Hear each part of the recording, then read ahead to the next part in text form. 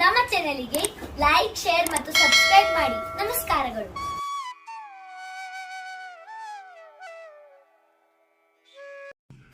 ನಮಸ್ಕಾರ ಸರ್. ನಮಸ್ಕಾರ ಸರ್. ತಮ್ಮ ವಿಷಯದಲ್ಲಿ ತಮ್ಮ ಸ್ವಲ್ಪ ಪರಿಚಯ ಹೇಳಿ ಸರ್. ಸರ್, ನಾನು ಡಾಕ್ಟರ್ PR ಶೇರ್ಬಾಳ, ಗ್ರಾಮ ತೇರ್ದಾಳ. ನಾನು ಹುಟ್ಟಿದ್ದು 1/6/1953. ಈಗ ನನ್ನ ವಯಸ್ಸು 72. ಸಂಕ್ಷಿಪ್ತವಾಗಿ ನಾನು ಹೇಳ್ತೇನೆ. 1980ರಲ್ಲಿ ನಾನು ಕರ್ನಾಟಕ ಆರೋಗ್ಯ ಸೇವೆಯಲ್ಲಿ ಸೇರಿದ್ದೇನೆ. ಅಲ್ಲಿ 25 ವರ್ಷ ಸರ್ವಿಸ್ ಮಾಡಿದ್ದೇನೆ. ಆ 25 ವರ್ಷ ಸೇವೆಯಲ್ಲಿ 10 ವರ್ಷ ತೇರ್ದಾಳ ಸರ್ಕಾರಿ ಆಸ್ಪತ್ರೆಯಲ್ಲಿ, ಆಮೇಲೆ ಅದಾದ ನಂತರ ಬದಲಿಯಾಗಿ 10 ವರ್ಷ ತಾಲೂಕಾ ಆಸ್ಪತ್ರೆ ಚಿಕ್ಕೋಡಿಯಲ್ಲಿ 10 ವರ್ಷ ಸರ್ವಿಸ್ ಮಾಡಿದೆ. ನನ್ನ ವಯಸ್ಸು 55 ಇದ್ದಾಗ ಇನ್ನು 60 ವರ್ಷಕ್ಕೆ ರಿಟೈರ್ಮೆಂಟ್ ಇತ್ತು. ಅವಾಗ ನಾನು ವಾಲಂಟರಿ ರಿಟೈರ್ಮೆಂಟ್ ತಗೊಂಡೆ, ಸ್ವಯಂ ನಿವೃತ್ತಿ ಸಂತರ. ಆಮೇಲೆ ಅಲ್ಲೇ ನಾನು ಬೇಸಿಕಲಿ MBBS DA ನನ್ನ ಶಿಕ್ಷಣ. ಶಿಕ್ಷಣ ನಂದು ಎಲ್ಲ Belgaum, PUC Belagavi, SSLC ನಮ್ಮೂರಲ್ಲೇ, PUC Belagavi. ಆಮೇಲೆ ವೈದ್ಯಕೀಯ JN medical college Belgaum MBBS. ಆಮೇಲೆ ಈ ಸರ್ವಿಸ್ ಮಾಡ್ತಾ DA ಕರ್ನಾಟಕ ಮೆಡಿಕಲ್ ಕಾಲೇಜ್ ಹುಬ್ಬಳ್ಳಿಯಲ್ಲಿ 2 ವರ್ಷ ಮಾಡಿದೆ. ಅಂದ್ರೆ DA ಅಂದ್ರೆ ಭೂಲ್ ತಜ್ಞ. ಅಂದ್ರೆ ಆಪರೇಷನ್ ದಲ್ಲಿ ನಾವು ಪೇಷಂಟ್ ಭೂಲ್ ಮಾಡ್ತಾ ಇಲ್ಲ, ಆ ಸ್ಪೆಷಾಲಿಟಿ ನಾನು ಮಾಡಿದೆ. ಅದನ್ನೇ ಈಗಲಾದ್ರೂ ಪ್ರಾಕ್ಟೀಸ್ ಮಾಡ್ತೇನೆ ನಾನು. ಏನೋ ದೇವ್ರದಾಗ ನಿಮ್ಮಂತವರೆಲ್ಲ ಹಾರೈಕೆ ಈಗೂ ಮಾಡ್ತೇನೆ. 72 ವರ್ಷನಾಗ ಈಗೂ ಮಾಡ್ತೇನೆ. ನಿನ್ನೆ ರಾತ್ರಿ 2 ಗಂಟೆಗೆ 2 ಸಿಗರ್ ನಿಲ್ಲು ಇಲ್ಲಿರೋ ಕೈ. ನಿನ್ನೆ ರಾತ್ರಿ 2 ಗಂಟೆಗೆ ಹೋಗಿ 3 ಗಂಟೆಗೆ ಬಂದಿದ್ದೀನಿ. ನಿನ್ನೆ ಈಗಲಾದ್ರೂ ಏನೋ ದೇವ್ರ ನಿಮ್ದು ಹಾರೈಕೆ, ದೇವ್ರ ಆಶೀರ್ವಾದ, ಇನ್ನೂ ಕೆಲಸ ಮಾಡೋ ಒಂದು ಇದನ್ನ ತಾಕತ್ ಕೊಟ್ಟಿದ್ದಾನೆ ದೇವರು. ನಾನು ಹೇಳ್ತಾ ಇದ್ದೆ, 10 ವರ್ಷ ತೇರ್ದಾಳು, 10 ವರ್ಷ ಸಾರ್ವಜನಿಕ ಆಸ್ಪತ್ರೆ ಚಿಕ್ಕೋಡಿ ಗೌರ್ಮೆಂಟ್ ಮಾಡಿ BRS ತಗೊಂಡೆ. ಅಲ್ಲಿ ಒಂದು 5 ವರ್ಷ ಕೆಲಸ ಮಾಡಿದೆ. ಮತ್ತೆ ಭೂಲ್ ಕೊಡೋ ಕೆಲಸ, ಅರಿವಳಿಕೆ ತಜ್ಞೆ ಅಂದ್ರೆ ಅರಿವಳಿಕೆ ತಜ್ಞೆ ಅಂತ ನಾವು. ಆಮೇಲೆ ಏನಾಯ್ತು, ನನ್ನ ಮಗಂದು ಅವನು ಡೆಂಟಿಸ್ಟ್ ಆದ. ಹಾಗಂದ್ರೆ ಮತ್ತೊಂದು ನನಗಿಬ್ಬರು ಮಕ್ಕಳು. ಒಬ್ಬ ಇಂಜಿನಿಯರ್ ದೊಡ್ಡವ, ಅವನು ಇಂಜಿನಿಯರ್ BA. ಅವನು ಈಗ ಲಂಡನ್ ನಲ್ಲಿ ಜಾಬ್ ಮಾಡ್ತಾ ಇದ್ದಾನೆ. ಅವನಿಗೆ 2 ಮಕ್ಕಳು. ಸಣ್ಣ ನಿಮ್ಗೆ ತೋರಿಸ್ತಿಲ್ಲ, ಅವ್ನು ಡೆಂಟಿಸ್ಟ್, ಅವನಿಗೊಂದು ಮಗು ಇದೆ. ಆಮೇಲೆ ನಾನು ಹೇಳ್ತಾ ಇದ್ದೆ, ಚಿಕ್ಕೋಡಿಯಲ್ಲಿ ಮತ್ತ VRS ಮೇಲೆ 5 ವರ್ಷ ಮತ್ತೆ ಅಲ್ಲೇ ಕೆಲಸ ಮಾಡಿದೆ.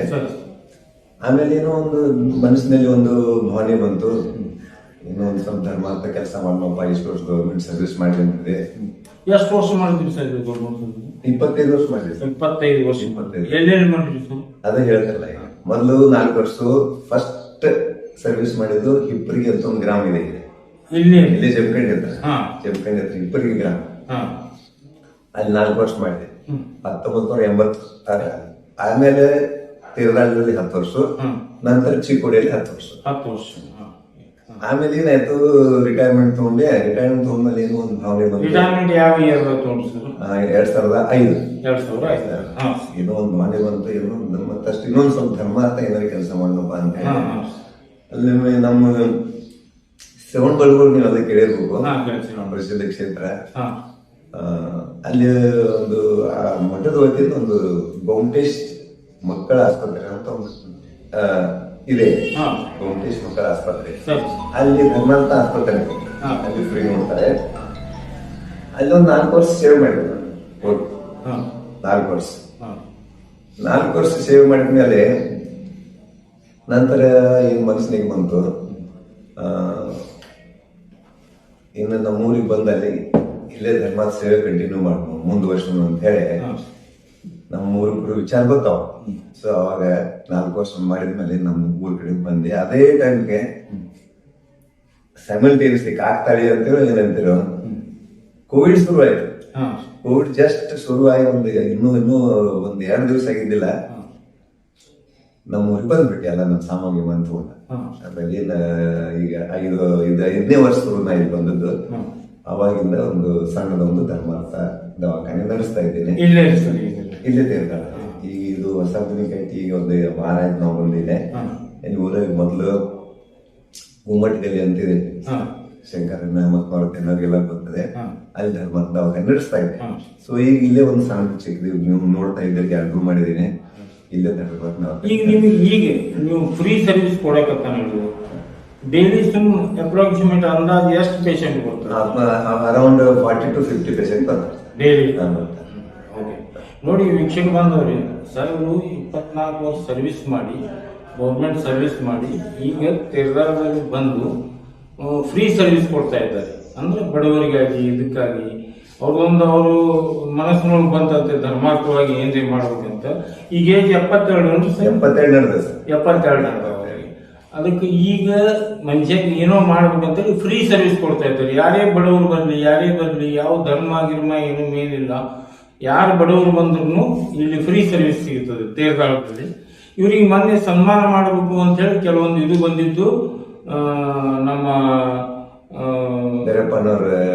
ಮೇನ್ ರಾಜ್ಯ ಪ್ರಶಸ್ತಿ ವಿಜೇತ ರೈತ ಪಂಡಿತರು ದರಪ್ಪಣ್ಣ ಕಿತ್ತೂರು ಅವ್ರ ಮಗನ ಮ್ಯಾರೇಜ್ ಇದ್ದಾಗ ಇವ್ರಿಗೆ ಸನ್ಮಾನ ಮಾಡಬೇಕು. ನಾನು ಮ್ಯಾರೇಜ್ಗೆ ಬಾ ಅಂತ ಹೇಳಿದ್ರು, ನನಗೆ ಸಾರಿ ಬರಕ್ ಆಗ್ಲಿಲ್ಲ ಕೆಲವು ಕಾರಣಗಳಿಂದ.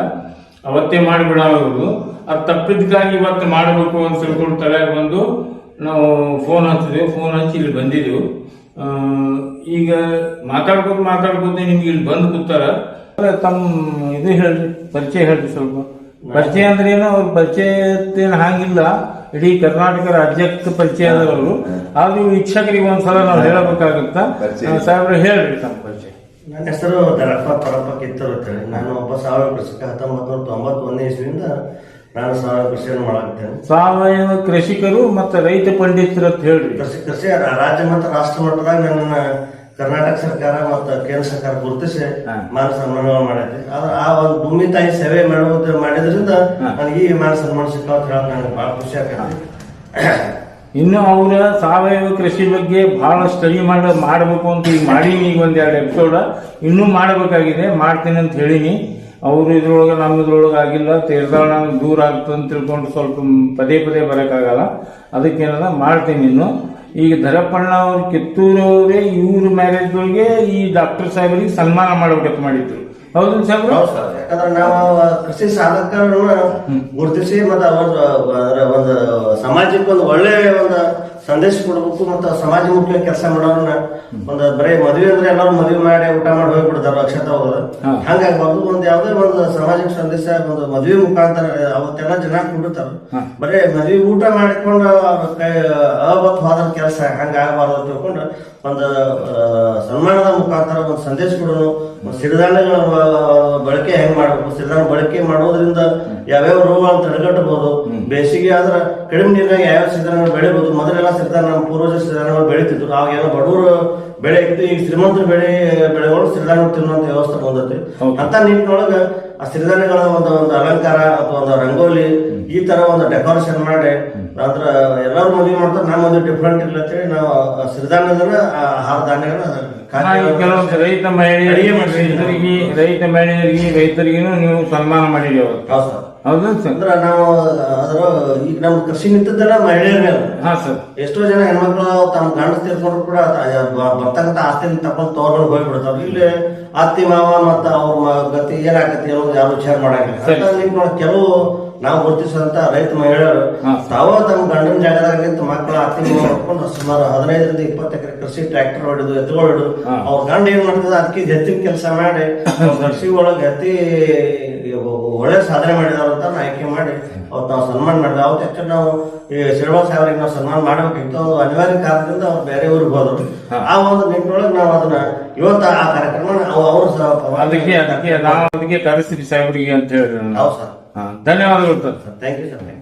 ಈಗ ನಾವು ಈ ಸಾಹೇಬ್ರ ಯಾಕೆ ಸನ್ಮಾನ ಇಟ್ಕೊಂಡಿರೋದಂದ್ರೆ ಎಂತಿಂತ MBBS ಎಲ್ಲೋ ವೈದ್ಯಕೀಯ ಸೇವೆ ಮಾಡ್ತಾರಂದ್ರೆ ಇವರು ಸೈಂಟಿಫಿಕ್ ಆಗಿ ಅಥವಾ ಪೇಷಂಟ್ ಏನ್ ಬೇಕು ಅದನ್ನು ಕರೆಕ್ಟ್ ಆಗಿ ಅಂದ್ರೆ ಯಾವುದೇ ಸೈಡ್ ಎಫೆಕ್ಟ್ ಆಗ್ಲಾರ್ದಂಗ ಇವ್ರ ಒಂದು ಕಲ್ತು ಬಂದಿರ್ತಾರ. ಆ ಮುಖಾಂತರ ಇಂಥ ಡಾಕ್ಟರ್ಸ್ ಸೇವೆ ಮಾಡ್ತಾ ಇದ್ದಾರೆ. ಅದ್ರ ಕೆಲವು ಜನ ಅದಾರ ಅವ್ರು ಎಲ್ಲಿ ಆರೋಗ್ಯ ಕಲ್ತಿಲ್ಲ ಡಾಕ್ಟರ್ಗೆ ಸೇವೆ ಒಂದು 4 ವರ್ಷ 2 ವರ್ಷ ನಿಂತ್ಕೊಂಡು ಹೈ ಡೋಸ್ ಹೊಡೆದ ಸಿಕ್ಕಾಪಟ್ಟೆ ಜನರನ್ನ ಹಾಳು ಮಾಡ್ತಾರೆ. ಅಂತ ಒಂದು ವೈದ್ಯಕೀಯ ಸೇವೆಯನ್ನು ಬಿಟ್ಟು ಇಂಥ ಒಂದು ಫ್ರೀ ಸರ್ವಿಸ್ ಕೊಡ್ತಾರಂದ್ರೆ ಇಂಥ ಒಂದು ವೈದ್ಯಕೀಯ ಸೇವೆ ಅಂತ ಸದುಪಯೋಗ ಪಡ್ಕೊಂಡು ಅವ್ರಿಗೂ ಕೂಡ ಒಂದು ಹೆಚ್ಚಿನ ಒಂದು ಪ್ರಾಧಾನ್ಯತೆ ಕೊಡ್ರಿ ಅಂತ ಹೇಳಿ ಈ ಮೂಲಕ ನಾನು ಮನವಿಯನ್ನು ಮಾಡ್ಬೋದು. ಸರಿ ಸರ್, ಧನ್ಯವಾದಗಳು ಸರ್, ಧನ್ಯವಾದ. ತಮ್ಮ ಹೆಸರು ಹೇಳ್ರಿ ಸರ್. ನನ್ನ ಹೆಸರು ಮಾರುತಿ ನಾರಾಯಣ ಹೂಗಾರ್ ಅಂತ ಹೇಳಿಸಿದ. ಮತ್ತು ನಾವು ವೃತ್ತಿಯಲ್ಲಿ KSRTC ಚಾಲಕ ಅಂತ ಕೆಲಸ ಮಾಡಿದ್ವಿ 36 ವರ್ಷ. ಮುಂದೆ ಇವಾಗ ನಾವು ಮೊದಲಿಂದ ಹಿಡಿದ ಸಮಾಜವಾದಿ ಮನುಷ್ಯ ಇರೋದ್ರಿಂದ ಸಮಾಜಕ್ಕೆ ಯಾರ್ಯಾರು ಏನೇನು ಬೇಕಾಗ್ತಾರೋ ಅವ್ರನ್ನೆಲ್ಲ ಗುರುತ ಮಾಡೋದು, ಇದನ್ನು ಮಾಡೋದು, ಈ ಕೆಲಸ ಮಾಡ್ಕೊಂಡು ಈಗ ಅದನ್ನು ನಾವು ಸೋಷಿಯಲ್ ಜಸ್ಟಿಸ್ ಅನ್ನೋದು ಏನಿರುತ್ತೆ, ಸೋಷಿಯಲ್ ಜಸ್ಟಿಸ್ ಒಳಗೆ ನಾವು ನೋಡಿದಂಗ ಈ ನಮ್ಮ ಸಾಹೇಬ್ರಿಗೆ ಡಾಕ್ಟರ್ ಸಾಹೇಬ್ರಿಗೆ ವಿಶೇಷ ನಮ್ಮ ಹೃದಯದ ಸ್ಥಾನ. ಯಾಕೆ ಹೃದಯದ ಸ್ಥಾನ ಆಕತ್ತಂದ್ರ ಇವತ್ತಿನ ದಿವಸದೊಳಗ ಹಣನ ಮುಖ್ಯ ಅನ್ನುವಂತ ತಿಳ್ಕೊಂಡಿರುವಂತ ಡಾಕ್ಟರ್ಗಳು ಸಾಕಷ್ಟು ನೋಡಿದ್ರು. ಕನ್ಸಲ್ಟೆಂಟ್ 700 ಮಾಡ್ತಾರ, 1000 ಮಾಡ್ತಾರ, ಎಲ್ಲ ಮಾಡ್ತಾರ. ಇಲ್ಲಿ ಏನಂದ್ರೆ ನಮ್ಮ ಸಾಹೇಬ್ರು ಈ ಔಷಧ ಹಿಡ್ಕೊಂಡ ಫ್ರೀ ಆಗಿ ಕೊಡ್ತಾರ. ಫ್ರೀ ಕೊಟ್ಟಿಸಿಂದ ಇದ್ ಮಾಡ್ತಾರೆ. ಯಾವುದು ಅವರು ನಾವು ಒಂದ್ಸಲ ಕೇಳಿ ಅವ್ರು ಪ್ರಶ್ನೆ ಮಾಡಿದ್ವಿ ಬಂದಾಗ, ಸರ್ ಇದೆಲ್ಲ ಮಾಡ್ತೀವಿ ಮತ್ತೆ ನಿಮ್ದು ಹೆಂಗ? ನಾವು ಸ್ವತಃ ನಾನೇ ಪ್ರಶ್ನೆ ಮಾಡಿದೆ. ಅವ್ರು ಸಾಹೇಬ್ ಹೇಳ್ರು, ನೋಡ್ ಮಾಡ್ತಿ ಸಾಕಷ್ಟು ದಾನಿಗಳು ಅದಾವ, ನಾವು ಅವ್ರ ಕಡೆ ತರಕ ಇದ್ ಮಾಡ್ತೀವಿ, ದಾನ ಅವ್ರು ಕೊಡ್ತಾರ, ಔಷಧ ಕೊಡ್ತಾರ, ನಾವು ಬಂದು ಯೂಸ್ ಆಟ ನಮ್ ಸರ್ವಿಸ್ ಅಷ್ಟ ಐತಿ, ಇದ್ರಾಗ ನಮ್ ದೊಡ್ಡ ಸ್ಥಾನ ಇಲ್ಲ ಅಂತ ಅದ್ರೊಳಗೆ ದೊಡ್ಡ ಗುಣ ತೋರಿಸಿದ್ವಿ. ಇಲ್ಲ ನಾ ಮಾಡ್ಬೋದು, ನಾ ಹಂಗ್ ಮಾಡ್ತೀನಿ ಅಂತ ತಿಳ್ಕೊಳಕ್ ಹೋಗ್ಲಿಲ್ಲ. ಈಗ ಎಷ್ಟೋ ನಮ್ಮ ಬಡ ಜನರಿಗೆ ಮತ್ ಇದಕ್ಕ ಸಾಕಷ್ಟು ಅನುಕೂಲ ಆಗೈತಿ. ಮತ್ ಇದ್ರ ಜೊತೆಗೆ ನಾವು ಏನೈತಿ ಸಾಹೇಬ್ರ ಆಗ ಅಂತ ಯಾರು ಸಾಧಕದಾರೋ ಅವ್ರ ಟೀಮ್ ಅನ್ನ ನಮ್ದೊಂದು ಟೀಮ್ ಮಾಡಕ್ ನಾವು ಪ್ರಯತ್ನ ಮಾಡಬೇಕು. ಟೀಮ್ ಮಾಡಿ ದರ್ಯಾಪಣ್ಣ ಕಿತ್ತೂರು ಇರ್ಬೋದು, ನಮ್ಮ ಶಂಕರ ನಮ್ಮ ಮನ್ಸೂರು ಇರ್ಬೋದು, ಪ್ರಗತಿಪರ ನಮ್ಮ ಹಿರಿಯರ ಸುರೇಂದ್ರ ಹಟ್ಟಿಯವ್ರು ಇರ್ಬೋದು, ಇಂಥವ್ರೆಲ್ಲ ಕೂಡಿಸಿಂದ ನಾವು ಹಿಡ್ಕಲ್ ಮಾಸ್ತರ್ದಾರು ನಾವೆಲ್ಲ ಒಂದು ಪ್ರಗತಿಪರ ಇದು ಮಾಡಿಸಿಂದ ಸಮಾಜಕ್ಕೆ ಒಳ್ಳೇದಾಗ ಈಗಿನ ಕಾಲದಾಗ ಏನು ದುಷ್ಪರಿಣಾಮ ಏನು ಬಿರಾಟ ಸಮಾಜದಾಗ ಆ ಸಮಾಜ ಹೋಗ್ಲಾಡ್ಸಕ್ಕ ನಮ್ಮ ಇಂಥವ್ರ ಮಹಾನ್ ಭಾವದ ಡಾಕ್ಟರ್ ಸಾಹೇಬ್ ಅಂತ ಒಂದು ನಮ್ಮ ಮಾರ್ಗದರ್ಶನ ಇರಬೇಕು. ಒಂದು ನಾವು ಮುಂದಾತನ್ನು ಇದು ಮಾಡ್ತೀವಿ. ಮತ್ತು ಈಗಾಗಲೇ ನಾ ಇಷ್ಟೆಲ್ಲ ರಿಟೈರ್ಡ್ ಆಗಿ 5 ವರ್ಷ ಐತೆ. ನಾವು ನಮ್ಮ ಚಿಕ್ಕೋಡಿ ವಿಭಾಗದ KSRTC ನೌಕರರ KSRTC stop and workers federation affiliation AITC ದಿಂದ ನಾ ಏನೈತಿ ಪ್ರೆಸಿಡೆಂಟ್ ಆಗಿ ಮುಂದುವರ್ದೇನೆ. ಪ್ರತಿ ತಿಂಗಳೊಳಗೆ ನಾವು 7-8 ಸಲ ಎಲ್ಲ ಚಿಕ್ಕೋಡಿ, ನಿಪ್ಪಾಣಿ, ರಾಯಬಾಗ್, ಹುಕ್ಕೇರಿ, ಗೋಕಾಕ್, ಅತ್ನಿ ಇಷ್ಟು ಡಿಪೋಗಳಿಗೆ ಅಡ್ಡಾಡಿ ಕಾರ್ಮಿಕರ ಒಂದು ಕುಂದುಕೊರತೆ ಕೇಳಿಸಿಂದ ಬಗೆಹರಿಸುವಂತ ಎಷ್ಟು ಸಾಧ್ಯ ಐತೆ ಪ್ರಾಮಾಣಿಕವಾಗಿ ಸಾಹೇಬ್ರದ ನಮ್ಮ ಮಾರ್ಗದರ್ಶನ ಮೊದಲಿನ ನಮ್ಮ ಗುರು HV ಅನಂತ ಸುಬ್ರಾಯ ಇರ್ತದ ಅವ್ರ ಮಾರ್ಗದರ್ಶನದಿಂದ ನಾವು ಜೊತೆ ಸಮಾಜಮುಖಿ ಕೆಲಸ ಮಾಡಕ ನಿಮ್ಮೆಲ್ಲರ ಆರೈಕೆಯಿಂದ ನಮಗೆ 65 ವರ್ಷ ಇನ್ನು ಓಡಾಡುವಂತ ಚಾಕು ಚಕ್ಕದೆ ಕೊಟ್ಟ ಅದು ಪರಮಾತ್ಮ ನಿಮ್ಮೆಲ್ಲರ ಆರೈಕೆ ನಾ ಇದು ಮಾಡಿಸಿಂದ ನಾನು ಧನ್ಯವಾದಗಳು ಸರ್, ಧನ್ಯವಾದ. ಈಗ ಇಬ್ಬರು ಜನ, ಒಬ್ರು ದರಪಣ ಕಿತ್ತೂರು, ಇನ್ನೊಬ್ರು ಮಾರುತಿ ಹೂಗಾರ್ ಸಾಹೇಬ್ರು ದರಪಣ ಕಿತ್ತೂರು ಸಾಹೇಬ್ರು ಡಾಕ್ಟರ್ ಬಗ್ಗೆ ಅಭಿಪ್ರಾಯ ಕೊಟ್ಟರು. ಈಗ ಸರ್ ನೀವು ನೀವು ಫ್ರೀ ಸರ್ವಿಸ್ ಕೊಡ್ತಾ ಇದ್ದೀರಿ. ಜನ ಈಗ ಇಬ್ಬರಂತೂ ನಾ ಇಲ್ಲಿ ಇಬ್ಬರು ಗಣ್ಯರ ಅಭಿಪ್ರಾಯಗಳನ್ನು ತಗೊಂಡಿದ್ದೀನಿ ನಾನು ನಿಮ್ಮ ಪಕ್ಕಕ್ಕೆ. ಈಗ ಉಳಿದ ಜನರು ಬಡವರು ಹ್ಯಾಗ ಅನಿಸ್ತದೆ? ಯಾಕಂದ್ರೆ ನಿಮ್ಗೆ ನಾ ಕೇಳ್ತಾ ಇದ್ದೀನಿ ಅಂದ್ರೆ ಸರ್, ಶ್ರೀಮಂತರ ಕಣ್ಣೀರು ಯಾವಾಗ ಬರ್ತಾವ ಅಂದ್ರೆ ಯಾರಿಗೆ ಮನೆಯೊಳಗೆ ಅವಸಾನ ಅಂದ್ರೆ ಕೆಲವೊಂದು ದುಃಖದೊಳಗೆ ಕಣ್ಣೀರು ಬರ್ತಾವ. ಬಟ್ ಬಡವರಿಗೆ ವಾರದಾಗ ಒಂದು 4-5 ದಿನ ಕಣ್ಣೀರು ಬರ್ತಾ ಇರ್ತಾವ. ಅದು ನಿಮ್ಗೆ ಡಾಕ್ಟರ್ ಮಂದಿಗೆ ಗೊತ್ತಾಗ ನಮ್ಗಿಂತ. ಅವ್ರ ಅಭಿಪ್ರಾಯ ಏನು ಅನಿಸ್ತದೆ ಸರ್ ನಿಮ್ಗೆ? ಏನು ಹಾರೈಕೆ ಹೇಳ್ತಾರೆ ಅವ್ರು ನಿಮ್ಗೆ ಬಡವರು? ನಮ್ಗೆ ಹಾರೈಕೆ ಅಂದ್ರೆ ನಮ್ಗೆ ಆಶೀರ್ವಾದ ಮಾಡ್ತಾರೆ. ದೇವ್ರು ನಿಮ್ಗೆ ಒಳ್ಳೆ ಆರೋಗ್ಯ ಕೊಡ್ಲಿ, ನಿಮ್ ಮಕ್ಕಳಿಗೆ ಮೊಮ್ಮಕ್ಕಳಿಗೆ ಒಳ್ಳೆ ಆರೋಗ್ಯ ಕೊಡ್ಲಿ ಅಂತ ಹಾರೈಕೆ ಮಾಡ್ತಾರೆ. ಇನ್ನಷ್ಟು ನಾವು ದೀನದಲಿತರ ಸೇವಾ ಮಾಡ್ಲಿಕ್ಕೆ ನೀವು ನಮ್ಮ ಊರಿಗೆ ಬಂದಿದ್ದಾರೆ ಅಂತ ಸಂತೋಷವನ್ನು ಎಷ್ಟೋ ಮಂದಿ ವ್ಯಕ್ತಪಡಿಸಿದ್ದಾರೆ. ಅದೇ ನನಗೆ ಒಂದು ದೊಡ್ಡ ಊಟ.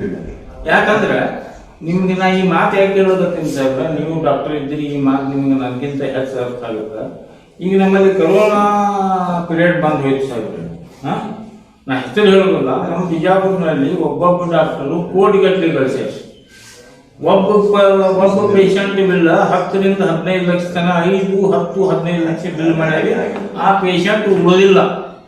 ಹೌದು ಸರ, ಕೋಟಿಗಟ್ಟಲೆ ಮಾಡ್ಯಾರಿ. ಎಲ್ಲರಿಗೂ ಗೊತ್ತರಿ ಬಿಜಾಪುರದೊಳಗೆ ಯಾರ್ಯಾರು ಗಳಿಸ್ಯಾರ ಯಾರ್ಯಾರಿಲ್ಲ, ನಾವು ಹೆಸರು ಹೇಳಬಾರ್ದು. ಆ ಒಂದು ಸರ್ವಿಸ್ಗೆ ಈಗ ನೀವು ಫ್ರೀ ಸರ್ವಿಸ್ ಕೊಡಿದ್ರಿ, ಎಷ್ಟು ಜಮೀನು ಆಸ್ಮಾನ್ ಫರಕ್ ಇರುತ್ತೆ ಸರ್? ನೋಡಿ ಕಣ್ಣೂರ್ ಸಾಹೇಬ್ರೆ, ಎಲ್ಲ ಒಂದು ಪ್ರೊಫೆಷನ್ದಲ್ಲಿ ಆ ಕಪ್ಪು ಚುಕ್ಕೆಗಳು ಇದಾವೆ. Engineers ದಲ್ಲಿದ್ದಾರೆ, artist ದಲ್ಲಿದ್ದಾರೆ, ಸಂಗೀತದಲ್ಲಿದ್ದಾರೆ. ಎಲ್ಲದರಲ್ಲಿ ಒಂದೇನೋ ಒಂದ್ 5% ಏನೋ ಪರ್ಸೆಂಟೇಜ್ ಸಮಾಜ ವಿರೋಧಿ ಕೆಲಸ ಮಾಡುವಂತ ಅದ. ಹಂಗೆ ನಮ್ಮ ವೈದ್ಯಕೀಯ ಪ್ರೊಫೆಷನ್ ಅದರಿಂದ ಬರ್ತಾಗಿಲ್ಲ. ನೀವು ನಮ್ಮನೆ ಸಮಾಜ ಸುಧಾರಿಸ ಅಥವಾ ಸಮಾಜ ವಿರುದ್ಧ ಅಂತ ನೀವು ಡಿಸೈಡ್ ಮಾಡ್ಬೋದು. ನನ್ನ ಬಗ್ಗೆ ನಾನು ಹೇಳಿಕ್ ಆಗುದು. ಸೊ ಹಂಗ ಎಲ್ಲಾ ವೃತ್ತಿಯೊಳಗೆ ಸಮಾಜ ವಿರೋಧಿ ಜನ ಹೆಂಗಿದ್ದಾರೆ, ಹಂಗೆ ನಮ್ಮಲ್ಲಿ ವೈದ್ಯಕೀಯ ವೃತ್ತಿನೂ ಅದು ಒಂದು ವೃತ್ತಿನೇ. ಸೊ ಅದರಲ್ಲಿ ನೀವು ಕೆಲವೊಬ್ರು ನೀವು ಬೇಡುವ ಜನ, ಆಮೇಲೆ ಸಮಾಜಕ್ಕೆ ವಿರುದ್ಧವಾಗಿ ಕೆಲಸ ಮಾಡುವಂತ ಜನರು ಸಿಗ್ತಾರೆ ನಿಮ್ಗೆ. ಅದೊಂದೇ ನಾನು ಸರಿ ಸರ್, ನಾ ಏನ್ ಹೇಳ್ತಾ ಇದ್ದೇನಂದ್ರ, ಈಗ ಡಾಕ್ಟರ್ಸ್ ಅಂದ್ರೆ ದೇವ್ರು ಅಂತ ತಿಳ್ಕೊತಾರೆ. ನಮ್ಮ ಸಮಾಜದೊಳಗೂ ವೈದ್ಯ ದೇವೋಭವ ಅಂತ ಸಂಸ್ಕೃತ ಅವಾಗ ಸಾವಿರಾರು ವರ್ಷಗಳ ಹಿಂದಿಂದ ಅಂತಾರೆ, ಈಗನೂ ಅಂತೇವು. ವೈದ್ಯ ದೇವೋಭವ, ಈಗ ತಾಯಿ ದೇವರು ಅಂತೇವು. ಈಗ ತಾಯಿನೇ ವಿಷ ಹಾಕಿಕೊಂಡು ಅಂದ್ರೆ ಏನ್ ಅನ್ಬೇಕ್ರಿ? ಎಷ್ಟೋಗ್ಯಾವ ಮನೆ 2 ಮಕ್ಕಳಿಗೆ ಒಗದು ಸುಸೈಡ್ ಮಾಡ್ಕೊಂಡು, ತಾಯಿನೇ ಕೆಲವೊಂದು ಮಕ್ಕಳಿಗೆ ವಿಷ ಹಾಕಿ ತಾವು ಹಾಕೊಂಡಿದ್ದೇವೆ ಜೀವನ. ಇವು ಸಮಾಜದಲ್ಲಿ ಕೆಲವೊಂದು ಏನಂತಾರೆ ಸರ್ ಅದಕ್ಕೆ, ಆ ತರ ಡಾಕ್ಟರ್ ವೈದ್ಯ ದೇವೋಭವ ಅಂತ ಇಂಥವೆಲ್ಲ ಮಾಡಬಾರ್ದು. ಕಣ್ಣೂರ್ ಸಾಹೇಬ್ರೆ, ನೀವು ಹೇಳಿದ್ರಲ್ಲ ವೈದ್ಯ ದೇವೋಭವ ಅಂತ, ನಾನೊಂದು ಇಲ್ಲಿ ಏನೇನು ಬರ್ಸವನಿ ಬರ್ಸೇಳಿ ಅಂತ. ವೈದ್ಯ ದೇವೋಭವ ಒಂದು, ಮಾತೃ ಪಿತೃ ದೇವೋಭವ.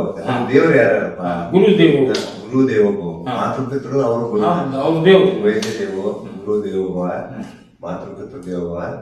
ಆಮೇಲೆ ರೋಗಿ ದೇವೋಭವ. ನಮ್ಮ ರೋಗಿನ ದೇವ, ಡಾಕ್ಟರ್ ಹೇಳೋದು ರೋಗಿನೇ ದೇವ, ನಮ್ಗೆ ಯಾವ್ದೇ ದೇವರು. ಅದೇ ರೈಟ್ ಸರ್, ಇಷ್ಟೆಲ್ಲ ದೇವರನ್ನೇ ಅಲ್ಲ. ನಿಮ್ಗೆ ಇನ್ನೊಂದು ನಾವು ಹೆಡ್ಸ್ ಆಫ್ ಹೇಳಬೇಕು ಅಂದ್ರೆ, ನೀವು ಅಲ್ಲಮ ಪ್ರಭುವಿನ ನಾಡಿನಲ್ಲಿ ಫ್ರೀ ಸರ್ವಿಸ್ ಕೊಡ್ತಾ ಇದ್ದೀರಿ ಸರ್. ಪ್ರಭುದೇವರ ಆಶೀರ್ವಾದ. ಆ ಪ್ರಭುದೇವ್ರು ಏನ್ ಸೇವಾ ಮಾಡ್ಯಾರಿದ್ರಿ ಅಲ್ಲಿ ನೀವು ಇದು ಸೇವಾ ಮಾಡಕತ್ತೀರಿ. ಅವರಿಗೆ ಅದಕ್ಕೆ ಕೇವಲ ಶಿಷ್ಯರು ಅಂತ ಹೇಳ್ಬೋದು. ನಿನ್ನೆ ಏನ್ ಹೇಳಿದ್ರಿ ಸರ್, ನೀವು ಆಪರೇಷನ್ ಮಾಡಿದ್ರೆ ಅಂತ ಹೇಳಿದ್ರೆ, ಈಗ 72ನೇ ವರ್ಷದೊಳಗ ನೀವು ನಿನ್ನೆ ರಾತ್ರಿ ಹೋಗಿ ಏನ್ ಆಪರೇಷನ್ ಮಾಡಿದ್ರಿ ಸರ್? ಎಮರ್ಜೆನ್ಸಿ ಸರ್, ರಾತ್ರಿ ಯೂಶುವಲಿ ಎಮರ್ಜೆನ್ಸಿ ಅಂತ ಬರ್ತಾವ. ರಾತ್ರಿ ಅಂತಂದ್ರೆ ಏನಾದ್ರು ಆಕ್ಸಿಡೆಂಟ್ ಕಾಲಿಗೆ ಮುರಿರ್ತಾವ ಅಂತ ಆಪರೇಷನ್ ಮಾಡ್ಬೇಕಾಗ್ತದೆ. ಇಲ್ಲಿ ದೊಡ್ಡ ದೊಡ್ಡ ಆಸ್ಪತ್ರೆ ಇದಾವ, ರೊಕ್ಕ ಆಗದಾವ, ಬನ್ನೆಟ್ಟಾಗ ಇದಾವ, ತೆಲ್ಲದಾಗಿದ್ದಾವೆ. ಅವ್ರು ನಾವು ಬುಲ್ ಡಾಕ್ಟರ್ ಇಲ್ಲಿ 3-4-5 ಜನ ಬುಲ್ ಡಾಕ್ಟರ್ ಇದ್ವು. ಬನ್ನೆಟ್ ಇದೆ ಜಮಖಂಡಿಯಲ್ಲಿ 6-7 ಜನ ಇದ್ವು. ಅಂತಂದ್ರೆ ನಾನು ಒಬ್ಬ. ಸೊ ಈಗ ನಿನ್ನೆ ರಾತ್ರಿ ಹೋದದ್ದು ಏನ್ ಕೇಸ್ ಅಂತಂದ್ರೆ, ಒಂದು ತಾಯಿ, ಸೊ 9 ತಿಂಗಳ ಗರ್ಭಿಣಿ, ಮೊದ್ಲಿದ್ದು ಸಿಜೇರಿಯನ್ ಆಪರೇಷನ್ ಆಗಿ ಕೂಸು ತೀರ್ಕೊಂಡ್ಬಿಟ್ಟಿತ್ತು ಮೊದ್ಲಿದ್ದು. ಇದು 2ನೇದು ತುಂಬು ಗರ್ಭಿಣಿ. ಬಹಳ ತೊಂದರೆ ಇದ್ರು, ಭಯಂಕರ ನೋವು. ಫೋನ್ ಮಾಡಿದ್ರು ಅವರು, ಇಲ್ಲಿ ಡಾಕ್ಟರ್ ಆಸ್ಪತ್ರೆ ಹೆಸರು ಡಾಕ್ಟರ್ ನವಾಬ್ ಆಸ್ಪತ್ರೆ, ಇಮಿಡಿಯೇಟ್ ಬರ್ಬೇಕು.